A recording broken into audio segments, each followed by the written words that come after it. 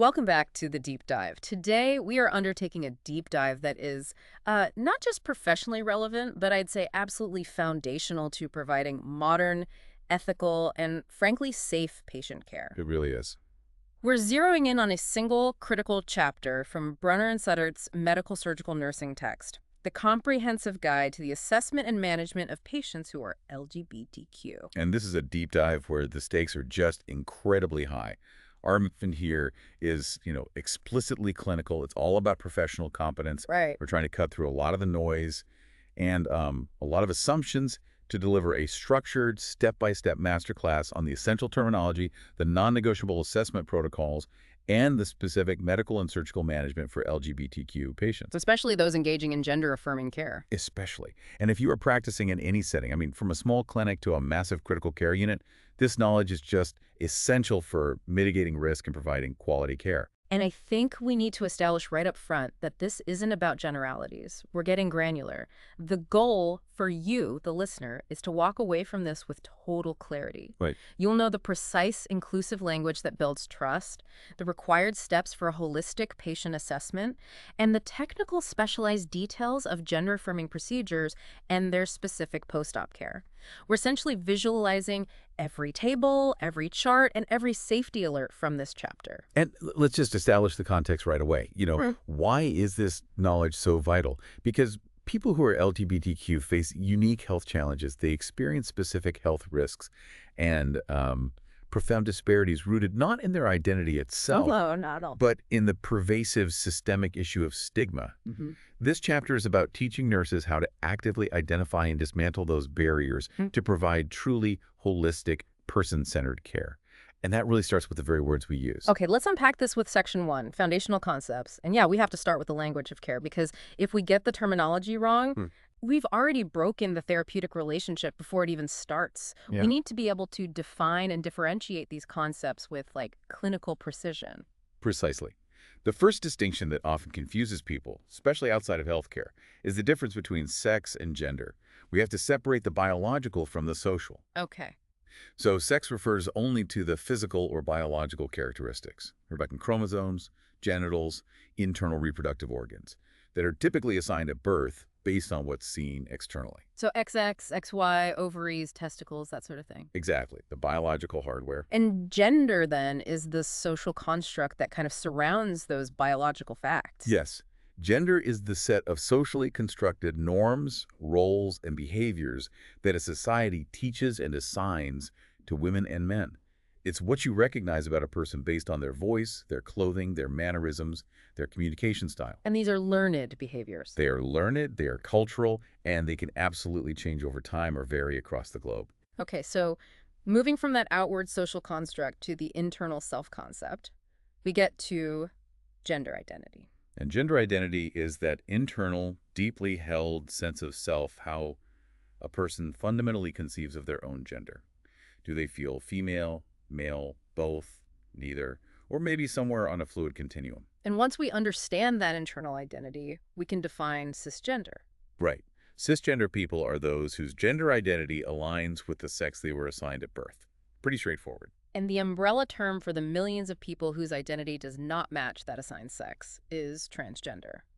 The textbook wisely specifies the two main groups for clinical clarity. It does. A transgender woman, or M to F, is a person assigned male sex at birth, but who identifies with a female or feminine gender. And a transgender man, or F to M, is a person assigned female sex at birth, but who identifies with a male or masculine gender. In those terms, male to female and female to male, they describe the transition pathway, which is why they're still clinically relevant. They are.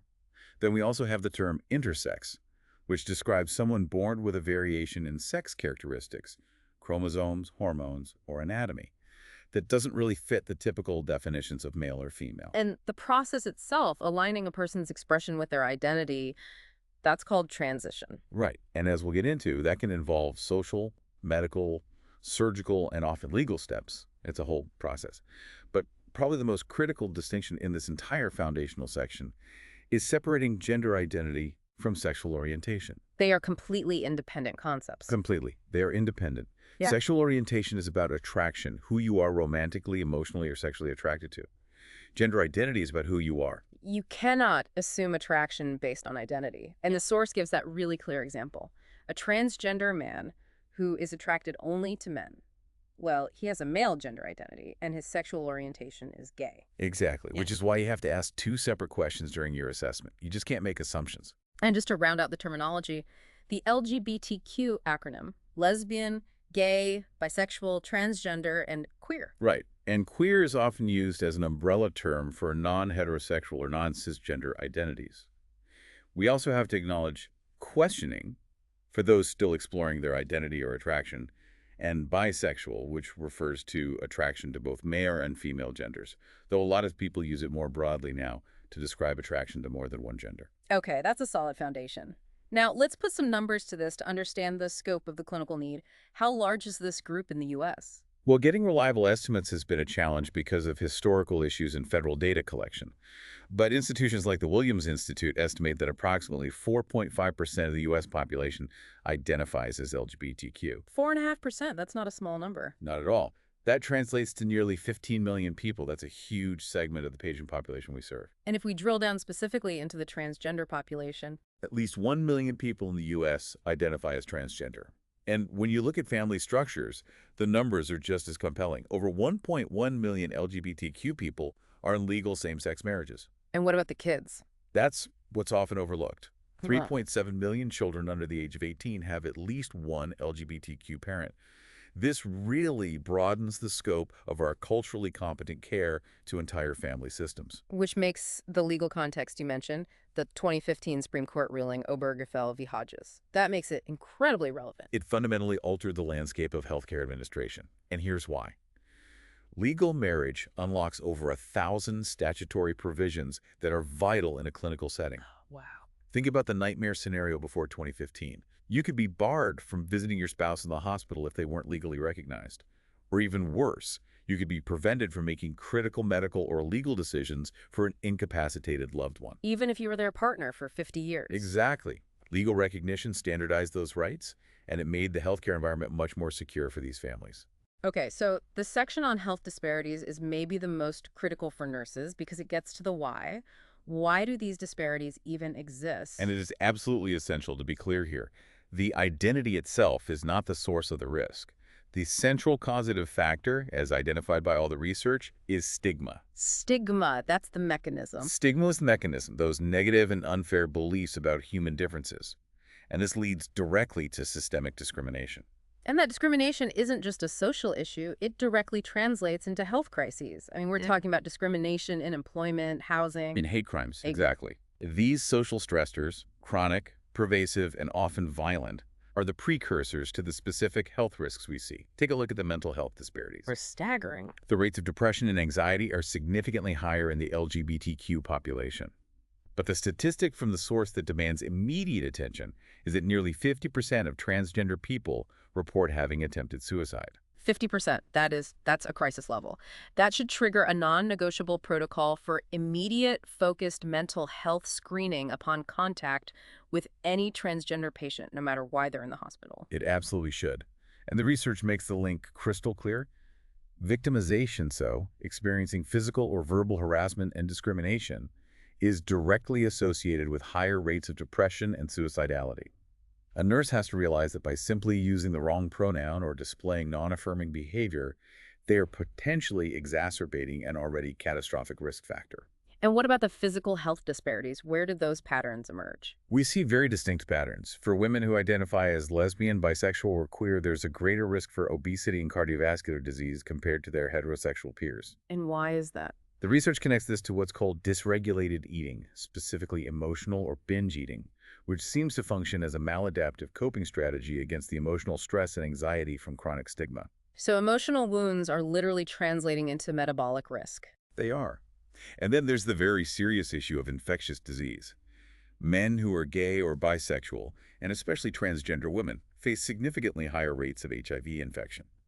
The CDC data shows that transgender people receive an HIV diagnosis at 3 times the national average. That's not random. Not at all. It's a failure of our healthcare and social systems to provide adequate prevention, screening, and safe spaces. The rates are even higher in vulnerable subgroups like African American and young adult transgender women, which demands very targeted preventative care strategies. Okay, so now we transition from understanding the problem to actually solving it at the bedside. Section 2 focuses on the nurse's immediate proactive role in building an inclusive, therapeutic environment. Yeah, And it all starts with communication. absolutely. The foundational principle here is simple, but it's incredibly powerful. Use inclusive, neutral language to avoid assumptions. It's that simple. If a nurse relies on a binary or a heterosexual norm, they are forcing the patient to come out to disclose their identity in a vulnerable, potentially non-therapeutic moment. So affirmative care requires the nurse to take the lead in creating that safety. You have to. Let's break down the practical shift in language. We can visualize the textbook's table 54-1, which gives these really actionable examples of replacing gender-specific assumptions with neutral alternatives. This is where theory meets the hospital floor. Right. Take a routine conversation. Instead of defaulting to formal gendered salutations like, "Good morning, sir," or "May I help you, ma'am?" the nurse should simply use "Good morning" or "How may I help you?" It seems small, but it immediately signals non-judgment. And if the nurse doesn't yet know the patient's preferred pronouns, the language has to adapt. Right. So instead of saying she is scheduled for an x-ray or he is waiting for transport, the neutral alternative is the singular they. They are scheduled for an x-ray. It's becoming much more common now. And you have to avoid assuming sexual orientation or family status. Definitely. Replace "Do you have a husband or wife?" with the neutral question. Are you in a relationship or is that your partner? And with family assessment, which should always be open-ended, avoid the binary parental labels. So instead of, "What are the names of your mom and dad?" the nurse asks, What are the names of your parents or guardians? It immediately recognizes the diverse family structures we just talked about. Okay, so the source makes a really strong case that assessing sexual orientation and gender identity SOGI, including preferred pronouns, has to become routine, like checking vital signs. Should be. It's a core component of providing person-centered care. But these are sensitive questions, so how does the nurse introduce them respectfully to establish trust before diving into the data? The approach outlined in Chart 54-1 is brilliant because it normalizes the questions. The nurse should start with an introductory statement, something like, "I am going to ask you a few questions about your sexual orientation and gender identity so we can provide personalized and affirmative care to you. These are questions I ask every patient. If you do not feel comfortable answering, we can skip them." That simple statement, it does two things. It makes the patient feel less singled out, and it gives them explicit permission to decline, which maintains their autonomy. Exactly. So once that trust is there, how does the nurse proceed with that two-step question for gender identity? Step 1 is assessing the history. What sex was listed on your birth certificate? And Yeah. Step 2 assesses the present identity. What is your current gender identity? Yeah. Or how do you describe your gender identity? And the immediate follow-up is assessing their language preference. Crucially, what pronouns do you prefer we use? Mm-hmm. And the nurse can offer examples if the patient hesitates.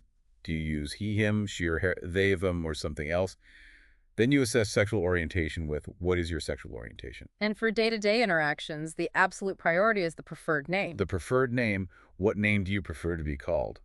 This name has to be used on the ID band, on the signage, and in all verbal interactions no matter what legal name is listed in the chart. That's a huge one. When assessing support systems, we also have to acknowledge the concept of family of choice. Yeah. This is so important for patients who might have faced rejection from their family of origin. This chosen network of support, it often holds the key to their coping and stability. Absolutely. So the assessment has to be broad and open-ended. Tell me about your family and social support system.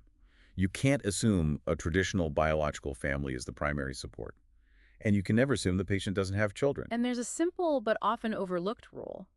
The nurse must mirror the patient's language. Yes. If a patient refers to their significant other as husband, the nurse uses husband. If they say partner, you use partner. If you substitute their chosen term with a neutral one, like using partner when they just said wife, it can subtly signal discomfort or non-recognition. It undermines that whole therapeutic relationship you just built. So while care is always person-centered, the data on disparities demands a focused assessment in certain areas. What specific risks does the nurse need to actively screen for? Okay, so given the mental health crisis, nurses must specifically and routinely ask about anxiety, depression, suicidality, and current or past experiences with discrimination and victimization.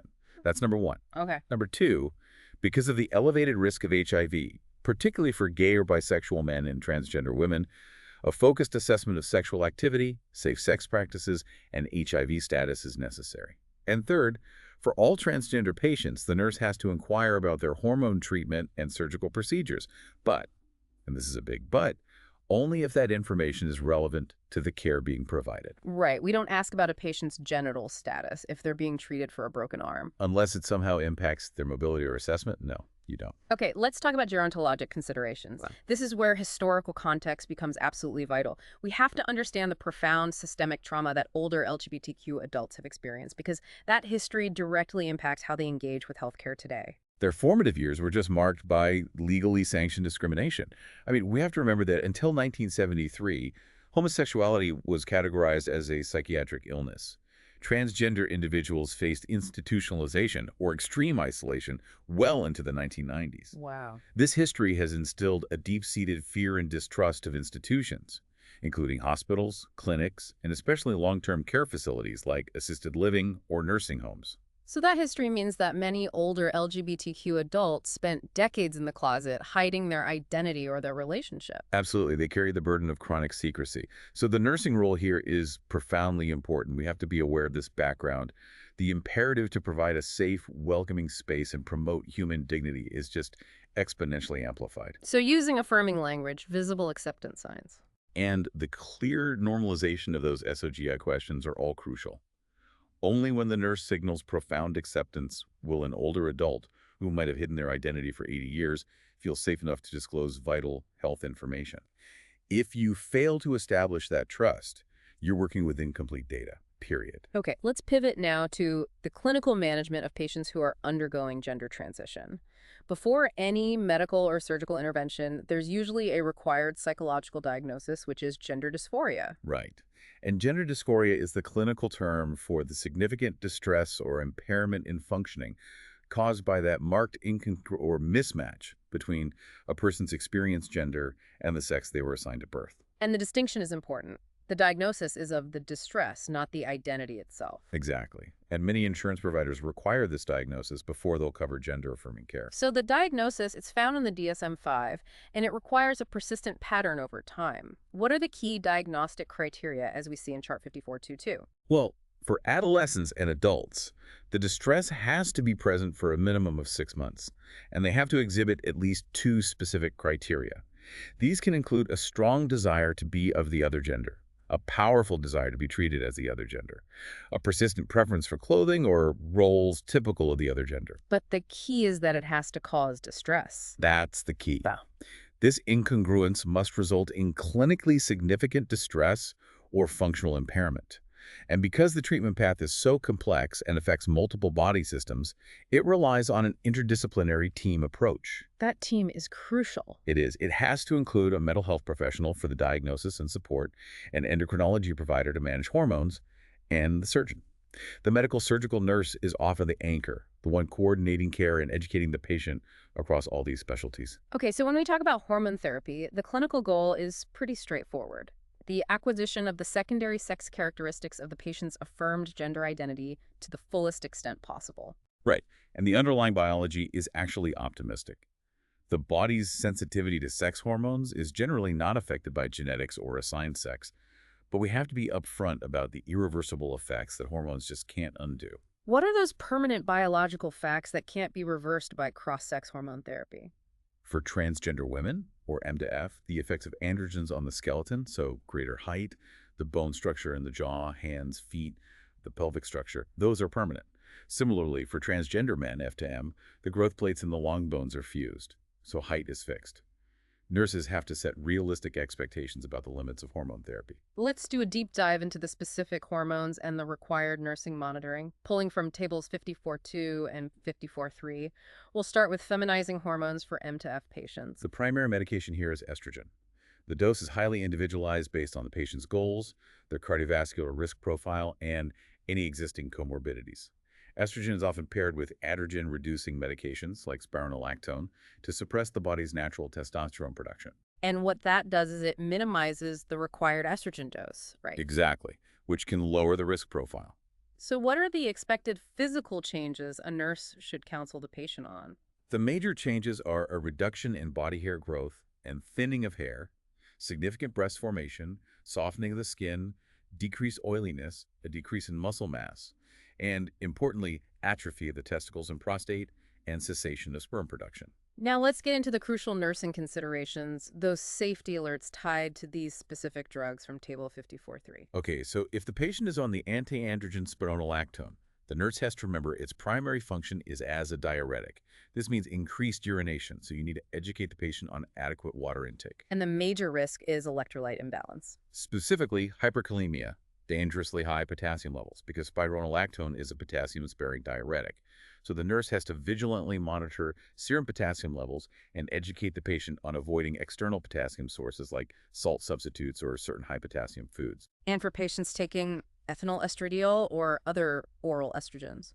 The core risk is thromboembolism VTE. So nurses have to assess for signs of DVT or PE, monitor for hypertension, and check hepatic function regularly because there's a risk of elevated liver enzymes and pancreatitis. Okay, moving now to masculinizing hormones for F to M patients. Here, testosterone is the core treatment. It's available in injections, gels, patches, or oral forms. What are the key physical effects of testosterone that the nurse needs to educate the patient about? Well, this is a powerful hormone. Expected effects include the growth of facial and body hair, though often accompanied by some scalp hair loss, androgenic alopecia. Also increased skin oiliness and acne, a significant deepening of the voice, which is often irreversible, Right. clitoral enlargement, cessation of menses, and a noticeable increase in muscle mass and strength. And the specific nursing considerations for testosterone therapy. From Table 54.3. Testosterone carries risks of hypertension and glucose intolerance, so you have to assess blood pressure frequently. For diabetic patients, we have to monitor for potential hypoglycemia because testosterone can improve insulin sensitivity. And the primary serious risk. Is polycythemia and abnormally high red blood cell count. This increases blood viscosity and the risk of clotting. So nurses have to monitor hemoglobin and hematocrit, or H&H, and may need to coordinate therapeutic phlebotomy if those levels get dangerously high. And beyond the individual drugs, what are the overall risks of cross-sex hormone therapy that have to be managed lifelong? Well, for estrogen users, the big risks are VTE, gallstones, elevated liver enzymes, weight gain, and hypertriglyceridemia. For testosterone users, risks include that polycythemia, weight gain, acne, male pattern baldness, and sleep apnea. Crucially, the source notes that both regimens, especially when combined with other risk factors like older age, increase the risk of developing type 2 diabetes. So this demands long-term metabolic screening. Many patients also pursue non-hormonal medical procedures to further align their appearance. Let's talk about hair removal, which is a key part of the feminization process. Right, hormone treatment often doesn't achieve complete hair elimination. So transgender women frequently pursue laser hair removal or electrolysis on the face, neck, and genital area. Transgender men might need hair removal on donor sites, like the forearm or thigh, if they plan on a phalloplasty using a skin graft. And the nursing alert here is critical, especially about laser removal risks. Yes. The primary risk is skin damage. Nurses have to perform a meticulous medication reconciliation. We have to review the patient's list for photosensitizing medicated drugs that increase skin sensitivity to light. Which would magnify the risk of burns and blisters from the laser. Exactly. Common culprits are certain acne meds like isotretinoin or doxycycline, some antibiotics, and even spironolactone. These have to be discontinued before the procedure. Okay, and a complication unique to transgender men on testosterone is persistent, sometimes severe, acne. Yes. Testosterone significantly ramps up sebum production. Over 80% of trans men develop facial acne, and it often peaks really quickly within the first few months of starting therapy. This requires focused dermatological management. And the drug interactions here are safety alerts the nurse must know. There are 3 critical warnings. First, combining testosterone with acne medications like minocycline carries a risk of hepatotoxicity liver damage, so frequent liver function tests must be monitored. And the other two? Second, certain acne drugs like minocycline, doxycycline, and especially the severe anti-acne drug isotretinoin are highly teratogenic. They cause birth defects. So if the trans man has an intact uterus and ovaries, The nurse has to conduct an extremely thorough sexual history, counsel on pregnancy risk, and ensure 2 forms of contraception are used if the patient is taking isotretinoin. And third, isotretinoin specifically delays wound healing and increases the risk of keloid formation, which requires coordination with the surgeon if future surgeries are planned. this is a discussion that just can't wait until surgery day. Fertility and reproductive health. It has to happen before starting hormones or surgery? Why? Because cross-sex hormone treatment, whether it's estrogen or testosterone, is known to limit or severely reduce fertility. And while fertility may sometimes return after discontinuing hormones, it is absolutely not guaranteed. Patients have to be fully informed that they are undertaking a treatment that could render them permanently infertile. So what are the preservation options available to them? For transgender men, so assigned female at birth, options include oocyte cryopreservation, egg freezing, or embryo cryopreservation. For transgender women, assigned male at birth, the option is sperm cryopreservation. This discussion and referral has to happen early in the transition process. Okay, returning to our older adult population, how does the aging process modify the risks of lifelong hormone therapy? This requires specific pharmacokinetic knowledge. It does. As patients age, drug metabolism and excretion naturally slow down. The addition of exogenous sex hormones further influences the pharmacodynamics and metabolism of all other drugs the patient is taking. So the major nursing caution is the increased risk of medication toxicity. Exactly. Increased risk of adverse effects due to decreased metabolism. This necessitates dose adjustments and meticulous monitoring of labs and symptoms. And we noted two key physical health concerns: cardiovascular disease and bone health.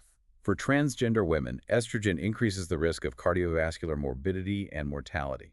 This risk is particularly elevated in patients over the age of 55, and it often warrants a discussion about lowering the estrogen dose to mitigate that risk. And the risk to the skeletal system is significant. This is highlighted by Chart 5433, the nursing research profile, which points to a major failure in patient education. The research showed that cross-sex hormone treatment can actively decrease bone mineral density in both transgender men and women, which accelerates the risk of osteoporosis.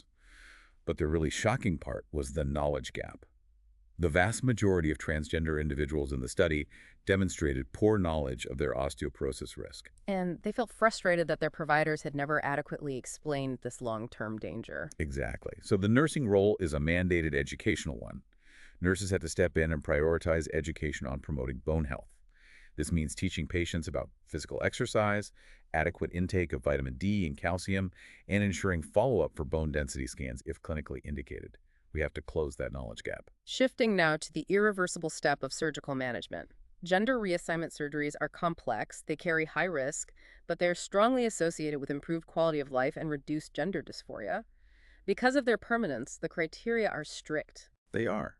These guidelines are governed by the World Professional Association for Transgender Health, or WPPATH, Standards of Care, and the four core requirements are non-negotiable. First, persistent, well-documented gender dysphoria. Okay. Second, the patient must have the cognitive capacity to consent and make a fully informed decision. No coercion. Third, they have to have reached the age of majority. And fourth, all significant medical or mental health concerns must be stable and well controlled. And there are additional requirements for the most complex genital-altering surgeries, right? Based on clinical consensus. Correct. For procedures like phalloplasty or vaginoplasty, WPAPATH recommends two further standards: 12 continuous months of hormone therapy and 12 continuous months of living in a gender role congruent with their identity. So this real-life experience, it's designed to ensure the patient has ample time to socially adjust to their affirmed identity before undergoing irreversible surgery. Exactly. It's to ensure long-term commitment and satisfaction with the results. Okay, let's break down the surgical pathways for transgender women, starting with the non-genital procedures. Facial feminization surgery, or FFS, is highly common. It's aimed at creating classically feminine features, modifying the hairline, reducing brow ridges, sculpting the orbital bones, and reducing the projection of the nose and mandible to create a softer, more oval appearance. Then we have procedures specific to the voice and neck profile. Chondrolaryngoplasty, or tracheal shave, reduces the prominent thyroid cartilage, the Adam's apple. This is often combined with voice feminization surgery, which aims to shorten the vocal cords or increase their tension to raise the pitch. And post-op speech therapy is essential to help the patient integrate that physical change into their vocal pattern. For breast augmentation, the nurse needs to know the timing requirement. Right. Surgeons recommend a delay of at least 12 months of continuous estrogen therapy before breast augmentation. This is to ensure that the patient has maximized any potential natural breast growth, which leads to better tissue structure and aesthetic outcomes. And finally, the most complex procedure, genital reassignment, involving orchiectomy and vaginoplasty. The goal here is to construct a perineogenital complex that is as feminine in appearance and function as possible. The key technique, which is detailed in Figure 54.3, is the penile scrotal skin flap, or penile inversion vaginoplasty. And this involves. This involves amputating the penis, creating the neovaginal cavity, and then using the inverted penile and scrotal skin to line that cavity. The surgeon then reconstructs the urethra, the labia, and the clitoris. This procedure has incredibly complex and demanding postoperative care requirements that the nurse has to enforce meticulously. What are the absolute critical aspects? The first 5 days are non-negotiable immobility. The patient remains in bed with the vaginal mold or dilator inserted to maintain the patency of the newly created cavity. Prophylactic subcutaneous low molecular weight heparin, a blood thinner like enoxaparin, is mandatory for VTE prevention. Because of the prolonged bed rest. Exactly. On day 5, the dilator is removed and rigorous daily cleansing begins. The hospital stay is lengthy, typically around 8 days. And the lifelong nature of aftercare is centered on dilation. It's absolutely vital.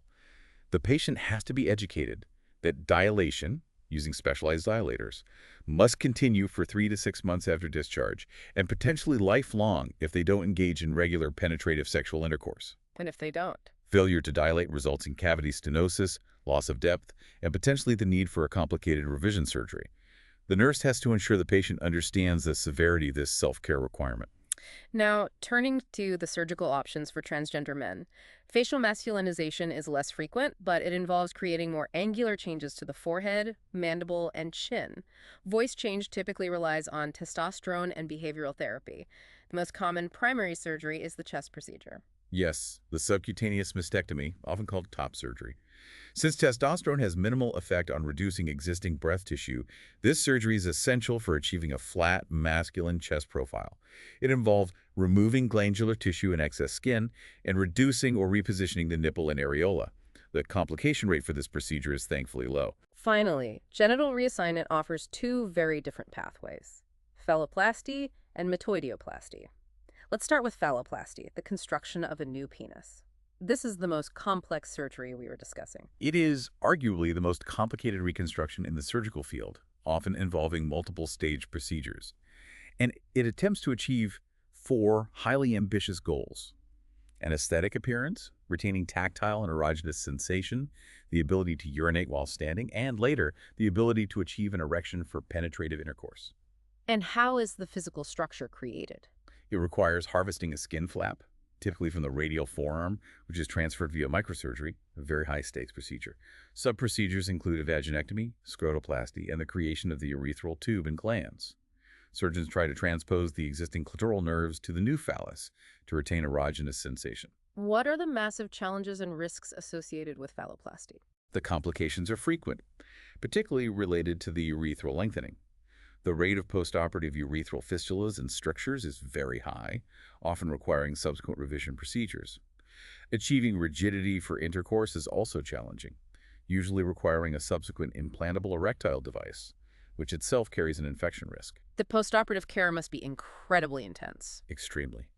The patient is immobilized in bed for up to a week. They'll have a suprapubic catheter and a transurethral catheter in place. LMWH prophylaxis is given, but nurses have to carefully monitor for pelvic or groin hematomas. The hospital stay is long, often 2 to 3 minutes, requiring vigilant nursing observation of the flap site for any vascular compromise. The alternative is metoidioplasty. How does this differ fundamentally? Metoidioplasty uses the patient's existing anatomy, specifically the clitoris, which becomes enlarged due to testosterone treatment. The clitoris is released from the pubic bone and extended, creating what's called the microphallus. What makes metoidioplasty so desirable for some, despite its limitations? Its key advantage is completely preserved protective and erogenous sensation. Since the clitoris is retained and mobilized rather than reconstructed, the sexual sensation remains fully intact. The recovery is faster, the hospital stay is shorter, and there are far fewer donor site complications. But the major limitations are... The microphallus does not allow the person to void while standing, nor does it allow for penetrative sexual intercourse. Okay, in our final and most practical section, let's apply the nursing process framework to ensure safety, dignity, and optimal recovery for these high-complexity surgical patients. Let's start with the preoperative assessment. Preoperatively, the nurse's first duty is to gather that essential identity data: preferred name, current gender identity, preferred pronouns, and the details of the planned surgery. The patient is emotionally vulnerable, so the environment has to convey absolute safety and trust right from the start. What are the specific clinical pre-op checks the nurse must ensure are completed? We have to confirm the patient has completed the required counseling. We need to assess their hormone regimen. Some procedures require the patient to stop hormones 2 to 3 weeks prior to surgery to minimize clotting risk, and the nurse has to confirm they did that. Bowel prep confirmed. And the single most critical pre-op assessment, especially for phalloplasty, is smoking status. Why is smoking cessation an absolute requirement for phalloplasty? Because phalloplasty relies on that delicate microsurgical transfer of a skin flap. Nicotine, tobacco, marijuana, and even electronic nicotine delivery systems cause profound vasoconstriction. Which compromises blood flow. Terribly. For a tissue flap dependent on a tenuous vascular connection, it can be fatal to the graft. Surgeons often require up to a 6-month verifiable period of being tobacco-free because of the extreme risk of tissue necrosis and graft failure. The nurse has to assess this rigorously. Now let's address the complex issue of lab values. Hormone therapy alters typical lab parameters, which could lead to misdiagnosis if the nurse doesn't know the rules. This is a vital clinical pearl. For transitioning patients, the standard reference ranges have to be adjusted. Regardless of M to F or F to M, the upper limit for 3 key values, creatinine, H&H, and alkaline phosphatase, should be based on male values. Why is that? This ensures we don't underdiagnose conditions. But for the lower limit for hemoglobin and hematocrit, that has to be gender-aligned. F to M patients use male lower limits because testosterone drives H&H up. M to F patients use female lower limits because estrogen drives H&H down. So if your trans male patient has an H&H that might look normal for a natal female, it could still signal relative anemia for him due to his testosterone therapy? Exactly. And the nurse has to be able to recognize and escalate that finding. Postoperatively, the focus is solely on meeting surgical goals and preventing the 3 major collaborative problems. Okay, so the source identifies several critical nursing diagnoses. Beyond the obvious physical ones, like acute pain and risk for infection, we have to focus on the psychosocial ones. Like risk for compromised dignity due to potential stigma and anxiety related to the massive nature of the surgery. We also list a positive diagnosis, hope, which is often related to the improved quality of life they anticipate post-surgery. And the 3 life-threatening collaborative problems the nurse has to monitor for. Hemorrhage, venous thromboembolism, VTE, and tissue necrosis. So the overall goals center on enhancing the patient's dignity and respect, managing pain, achieving absence of infection, ensuring effective tissue perfusion, and critically, enhancing that patient's hope for their life after surgery. Let's start with human dignity. The interventions are simple. Use preferred pronouns, names, and a welcoming environment. The most important privacy alert. Nurses must never discuss the patient's procedure or identity in areas where other patients or non-care staff can overhear. This violation of privacy creates incredible anxiety. And regarding room assignment, what is the rule? The patient must be roomed in accordance with their current gender identity. A private room can be offered for comfort, but it shouldn't be forced, as isolation can sometimes increase anxiety. And to reduce anxiety, what are the nurse's tools? Provide thorough anticipatory guidance about what to expect, post-op the pain, the lines, the tubes. Include the patient's family of choice in the education, promote relaxation techniques, and, crucially, advocate for the involvement of the mental health team, social work, and spiritual care. Pain management, especially after a phalloplasty or vaginoplasty, Sure. has to be aggressive. Absolutely. Multimodal analgesia is the standard, combining opioids with non-opioids like acetaminophen and NSAIDs. Vigilant pain control is essential because inadequate pain management inhibits mobility and functional recovery. And frequent repositioning is vital for those patients on bed rest for days. Let's dedicate some time to the 3 major complications that demand immediate recognition and escalation, starting with hemorrhage. Hemorrhage risk is high. The nurse has to assess the surgical site and drains for frank red blood, increased output, and systemic signs. And what does systemic hemorrhage look like? Increased pain, tachycardia, a drop in blood pressure, and lightheadedness. Any frank red bleeding from the site or rectum is a medical emergency. Next, venous thromboembolism, VTE, a risk amplified by 2 factors. Right. First, the prolonged bed rest. Second, for transgender women, the use of estrogen significantly increases baseline clotting risk. So prophylaxis is standard. LMWH and mechanical compression devices are mandated, but the nurse still has to vigilantly monitor for signs of a DVT or a PE. And the most frightening one, which demands immediate action, Is tissue necrosis due to vascular compromise? This is a medical emergency that can occur in a subcutaneous mastectomy necrosis of the nipple, or, more dramatically, in a phalloplasty with necrosis of the reconstructed shaft or glands. And the signs are? The nurse has to immediately recognize the signs. The tissue will show discoloration blue, purple, or black. It will feel cool to the touch. The patient might report increased pain or a concerning decrease in sensation and signs of poor wound healing. If you suspect necrosis, the action is immediate notification of the surgical team. You have to move fast to save the graft. Okay, discharge education is complex because of the meticulous, procedure-specific self-care that's required. What are the general rules for discharge? General education covers monitoring for infection, so notifying the surgeon for a temperature over 38 Celsius or 100.4 Fahrenheit or any unusual drainage, advancing their diet as tolerated, and the strict rule on tobacco has to be reiterated. Abstinence from all nicotine, marijuana, and EDS until all wounds are fully healed. Let's walk through the specifics for the vaginoplasty patient from chart 54.4. Activity is restricted, no strenuous activity for 6 weeks, and no submerging the groin in water for 8 weeks. Labial swelling is expected and resolves in 6 to 8 weeks. They should use ice for the first week. Hygiene is critical. Frequent hand washing, wiping front to back, and they can resume penetrative sexual activity only after 3 months and only with surgeon approval. And for the phalloplasty patient, the instructions are arguably even more complex because of that donor site. The activity restrictions are severe. Again, avoid strenuous activity for 6 weeks. Crucially, if the radial forearm was the donor site, they must lift no more than 5 pounds with that arm to prevent stress on the healing graft. They can't flex at the waist more than 90 degrees.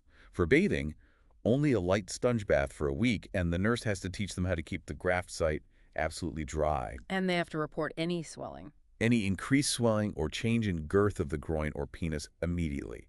And sexual activity is absolutely forbidden until explicitly approved by the surgeon because of the complexity of the reconstruction. And finally, ensuring continuity of care. This is lifelong care. The nurse must ensure that follow-up appointments with the surgical team, the medical endocrinology provider for lifelong hormone management, and the psychosocial support providers are all meticulously scheduled and confirmed before the patient leaves the facility. These complex instructions are key to promoting optimal long-term outcomes. Okay, let's wrap this up. To synthesize the absolutely essential takeaways for the practicing nurse. Competent care begins with cultural humility, non-judgmental, neutral language, and the routine assessment of sexual orientation and gender identity. That tiny intervention is directly tied to mitigating the profound mental health risks that stem from stigma. And that includes the non-negotiable need for suicide screening. You have to internalize the specific clinical risks of cross-sex hormone therapy, the safety alerts like VTE risk for estrogen users, polycythemia risk for testosterone users, and accelerated bone density loss for both. And you must have the technical knowledge to recognize the immediate signs of those life-threatening post-surgical complications, hemorrhage, VTE, and most urgently tissue necrosis in a reconstructed site. Right. We have established that gender-affirming care, when it's executed with cultural humility and technical precision, is essential not just for physical recovery, but for dramatically enhancing the patient's hope and quality of life. The nursing process gives you the framework, but your demeanor provides the safety. So the question we leave you with is this. Knowing the history of systemic discrimination and the current elevated health risks, how will you not only ensure your unit is technically prepared to manage a phalloplasty, but that it is fundamentally and unequivocally welcoming and safe for every LGBTQ patient who walks through your door? And that application of knowledge to compassionate action is really what defines excellence in nursing. Thank you for joining us for this comprehensive deep dive into the assessment and management of the LGBTQ patient population. We encourage you to apply this knowledge diligently in your future practice.